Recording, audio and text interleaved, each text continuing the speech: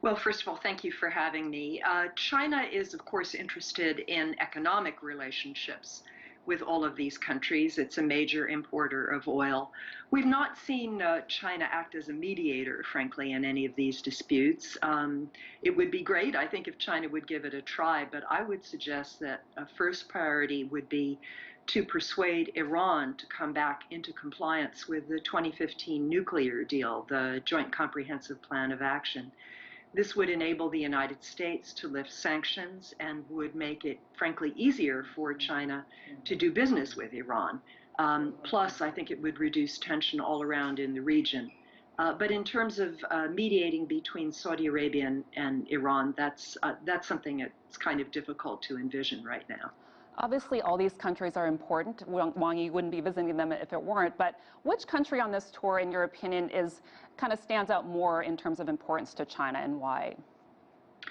China has tried very hard to balance its relationships with all of these countries for a variety of reasons, primarily so it can have access to oil at reasonable prices and also for investment in some of these countries.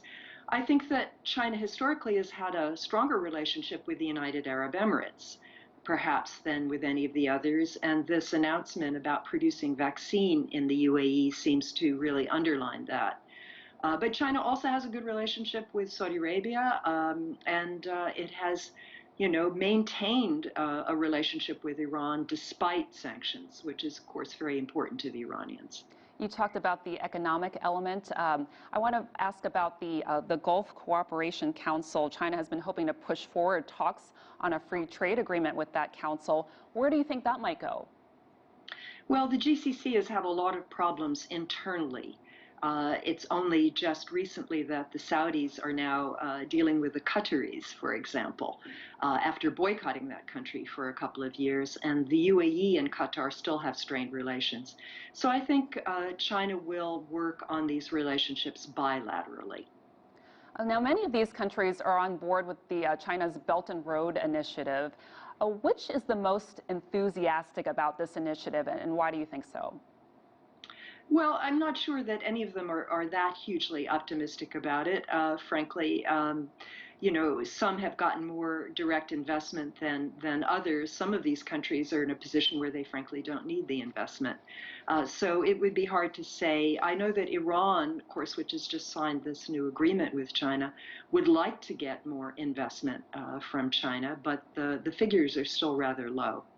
Really quick, Barbara, what will you be looking for during this tour? What are some takeaways?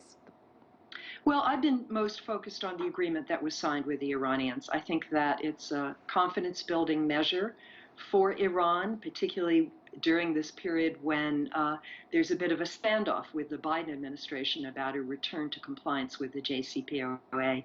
So I think that was the most important. But the announcement with the UAE is also, I think, very significant.